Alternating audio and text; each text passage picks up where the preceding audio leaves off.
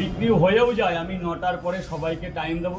তো দয়া করে সবাই 9টার পরে সব রকম কিছু করতে আসবে, কারণ ভোরবেলা আমার প্রচুর কাস্টমার আসে, আমাকে বেচা কিনা করতে দিন, আমিও বেঁচে থাকি। কারণ আমি গরিব ঘরের ছেলে, সংসার আছে, ঘরে মা আছে, বউ আছে, সবাই অসুস্থ, আবার পরিবারটা অনেক বড়, যেহেতু আমার এই একটা ইনকাম। আপনারা 9টার পর আসুন, ভিডিও করুন, যা করুন, কিন্তু এটা 9টার পর আমি ধার্য করছি, নাহলে খুবই প্রবলেম হয়ে যাচ্ছে। আমি আপনাদের অনেকটা টাইম দেবো, আপনারা 9টায় আসুন। ম্যানেজার একটা প্রবচনার মধ্যে পড়ুক না পড়ুক, দেখো আমার কাছে চলে গেছে, আমিও তো একজনের কাজ করতাম, সেটা সেরে আমি চলে গেছি, গল্প শেষে।